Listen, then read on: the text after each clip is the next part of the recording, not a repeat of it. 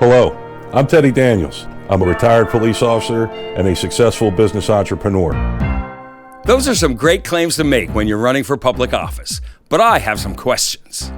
A retired police officer would have a pension, and a successful businessman would have some business income to show for it. But when Mr. Daniels filed his statement of financial interest with the Pennsylvania Department of Ethics, which requires political candidates to report any source of income over $1,300, he listed only his veterans benefits and Social Security disability. No police pension and no business income. Court documents related to his 2012 divorce in Maryland reveal that Mr. Daniels has been collecting Social Security disability since 2017, when his lump sum award was used to pay his delinquent child support. Now, to qualify for Social Security disability, an individual's medical condition must prevent them from doing work that they did in the past, and it must prevent them from adjusting to other work. Social Security also checks in with disability recipients periodically to see if their situation has changed regarding their ability to work. So in other words, in order to qualify for disability, Mr. Daniels has told the government that he couldn't work anywhere at any job between 2017 and 2021. But other documents tell a different story. At the same time, Mr. Daniels was asking a court to decrease the child support that taxpayers were paying on his behalf, he started a business called National Cannabis Security Services, LLC, in Pennsylvania. The business was organized under his current wife's name to keep him off the government's radar.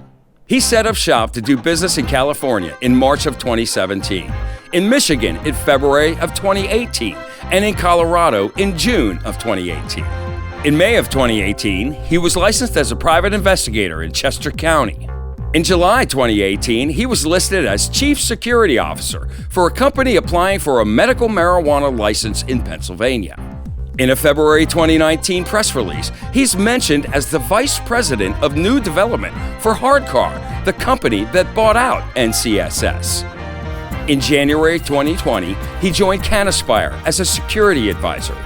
Also in 2020, he campaigned for the job of U.S. Congressman, and in 2022, he's claiming he can work as Pennsylvania's Lieutenant Governor. And in October 2021, he was licensed as a private investigator in Wayne County. 3-4 months ago, got my PI license. I don't know about you, but Mr. Daniels certainly appears to be a person who can work and is able to adjust to doing other work. Social Security, along with the Office of the Inspector General, work aggressively to prevent, detect, and prosecute fraud. Perhaps they should take a look at Mr. Daniels' claims. Mr. Daniels' other claim of being a retired police officer is belied by the fact that he has no pension income to report and his job history. He bounced around with intermittent short stints at 9 different police departments, and his record was not exactly stellar. In a letter of reprimand from his chief in Bel Air, Maryland, Mr. Daniels was told, "Improper behavior is a matter of habit. I would like you to understand that any future misuse of police information or untruthfulness will be considered grounds for termination." In conjunction with a lie detector test, he admitted to abusing sick leave, using department resources for personal reasons, receiving a harassment summons related to a maternity suit, and having his police powers taken away over domestic issues with his ex-wife. He was later suspended twice from the Minersville Police Department and was ultimately forced to resign. He requested that the details be hidden from the public. Sounds to me like he was the kind of cop that gives other cops a bad name.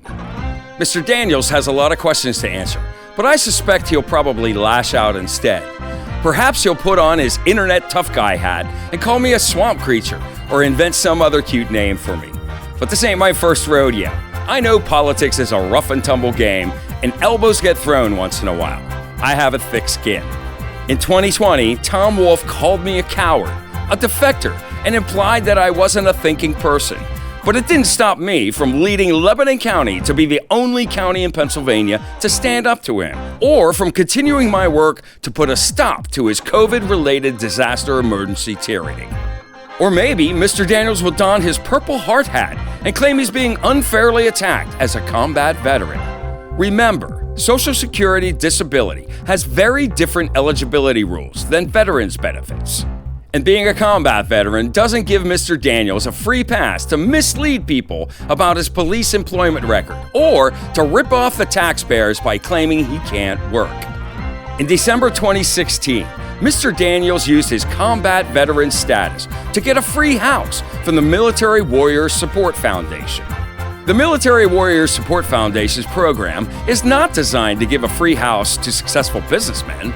It's designed to help veterans whose combat wounds make it otherwise impossible to secure a place to live. Within months of getting the deed transferred into his name, Mr. Daniels flipped that free house and pocketed $167,000. I find it disturbing that Mr. Daniels is portraying himself as some sort of great American hero, and even more disturbing that some decent, patriotic, hardworking Republican voters are falling for it. Because it seems like he's more of a great American con man, and running for office is just his latest con. Because guys, I have worked my butt off my whole life. Nothing ever came easy to me. The one thing I'll never do, I ain't gonna lie,